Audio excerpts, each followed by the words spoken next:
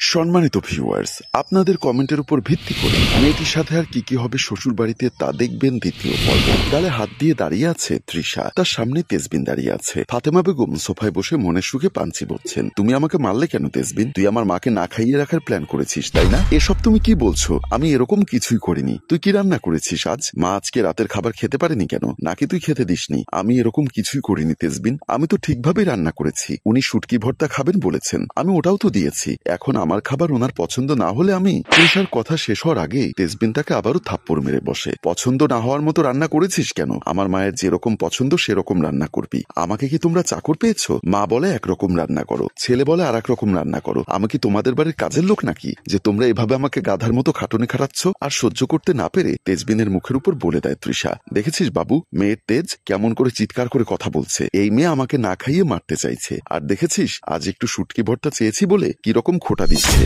এই তোর এত সমস্যা কেন হয়? আমার মা আমার টাকায় খাচ্ছে, তোর এতে এত সমস্যা কেন? চুলের মুঠি ধরে আবারও বলল, চাকরি করিস বলে তোর এত দেমাগ তাই না? চাইলেই কিন্তু আমি এখন তোর পা ভেঙে ঘরে বসিয়ে রাখতে পারি, তারপর চাকরি করার শখ একদম বেরিয়ে যাবে। তৃষা তেজবিনের হাতটা নিজের চুল থেকে ছাড়িয়ে নেয়। আমার কোনো সমস্যা নেই, আর না আমি চাকরির দেমাগ দেখাচ্ছি। প্রয়োজন না হলে আমি চাকরিটা করতাম না। আর তোমরা কি ভেবেছো আমি বুঝি না আমার চাকরি করা নিয়ে তোমাদের যত সমস্যা? কিন্তু হাজার চেষ্টা করলেও আমি চাকরি ছাড়বো না বলে তৃষা রেগে নিজের রুমে চলে আসে। মাটিতে একটা কাতা বিছিয়ে শুয়ে পড়ে তৃষা। এটাই প্রথম নয়, এর আগেও তাদের মধ্যে অনেক অশান্তি হলে তৃষা নিচেই শোয়। মাঝরাতে তেজবিন তৃষাকে নিচে এই অবস্থায় শুতে দেখে তেজবিন নিচে এসে তৃষাকে কাছে টানতে চাইলে তৃষা তাকে ঠেলে সরিয়ে দেয়। এতে তেজবিনও রেগে দূরে সরে যায়। আজ শুক্রবার, দুজনেরও অফ ডে। তেজবিন ঘুমিয়ে আছে। হঠাৎ আলো দেখে ঘুম ভেঙে যায়। রাগে তৃষাকে ডাক দেয়, তৃষা, এই তৃষা। তেজবিনের চিৎকার শুনে তৃষা তাড়াতাড়ি রান্নাঘর থেকে রুমে আসে। কি হয়েছে? দেখছো না আমি ঘুমোচ্ছি? জানালার পর্দাটা টেনে দাও, একটু আক্কেল জ্ঞান নেই? তৃষা পর্দাটা টেনে দিয়ে আবারও রান্নাঘরে চলে যায়। এরই মধ্যে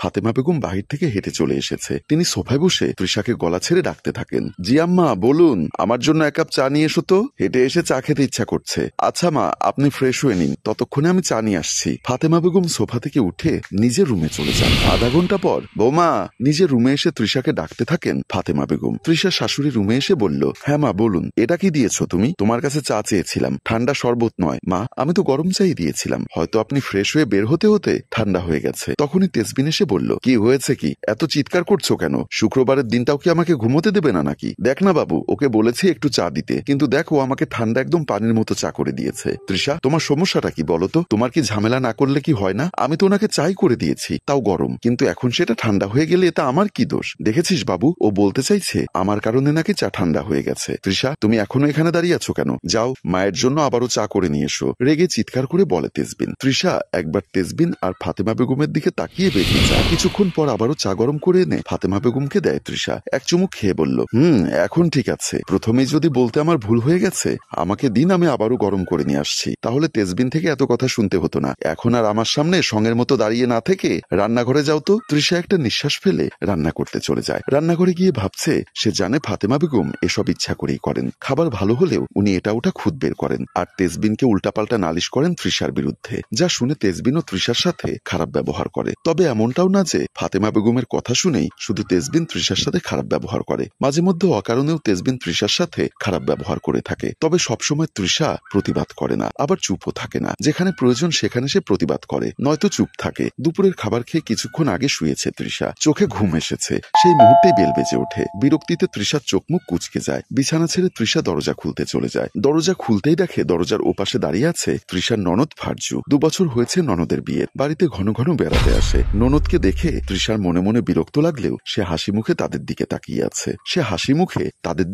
আছে। এভাবে দরজার সামনে দাঁড় করিয়ে রাখবে নাকি আমাকে ঢুকতে দেবে? মুখ বাঁকা করে বলে তৃষার ননদ। তৃষা চুপচাপ দরজার সামনে থেকে সরে দাঁড়ায়। তৃষা সরে দাঁড়াতেই ফারজু ভেতরে ঢুকে পড়ে। তৃষা মনে মনে চিন্তা করছে, এতদিন ছিল না, তাতে কিছুটা হলেও শান্তি ছিল, এখন এও আমার উপর হুকুম করবে। তখনই মা এসে ফারজুকে জড়িয়ে ধরে আর তৃষাকে বলে লাগেজটি নিয়ে রাখতে। তৃষা লাগেজ নিয়ে রুমে দিয়ে আসে আর মা মেয়ে ড্রয়িং রুমের দিকে চলে যায়। একটু শাশুড়ির ডাক, বৌমা ও বৌমা, কোথায় গিয়ে লুকিয়ে আছো শুনি? আমার মেয়েটা এতদিন পর এলো, ওকে কিছু খেতে না দিয়ে কোথায় বসে আছো? এই তো মা, আমি আপুর জন্যই খাবার আনতে গেছিলাম। ট্রে করে নাস্তা আনতে আনতে বলে তৃষা, এখানে রাখো, খা মা খা, কত শুকিয়ে গেছিস তুই। তৃষা ট্রেটা টেবিলে রেখে ননদিনীকে প্রশ্ন করে, কেমন আছেন আপু? ভালো না থাকলে কি আর এখানে আসতাম নাকি? ভালো আছি বলেই তো এসেছি। আর শোনো, এতদিন অনেক কাজের ফাঁকি দিয়েছ, কিন্তু এখন আমি যতদিন আছি তোমাকে কোনো কাজের ফাঁকি দিতে দিব না। এখন এখানে দাঁড়িয়ে না থেকে রাতের রান্নার প্রস্তুতি নাও। ফারজু কিছুর কথা শুনে তৃষার অনেক খারাপ লাগে। আর যাই হোক, সে কখনো ঘরের কাজে ফাঁকি দেয় না, আর দেবেই বা কেন? এটা তো তারই সংসার। সে যদি কাজগুলো না করে তাহলে কে করবে? তৃষা সেখানে না দাঁড়িয়ে রান্নাঘরে চলে যায়। তৃষা সবটা শেষ করে একটু ঘুমিয়েছে, চোখে প্রচুর ঘুম,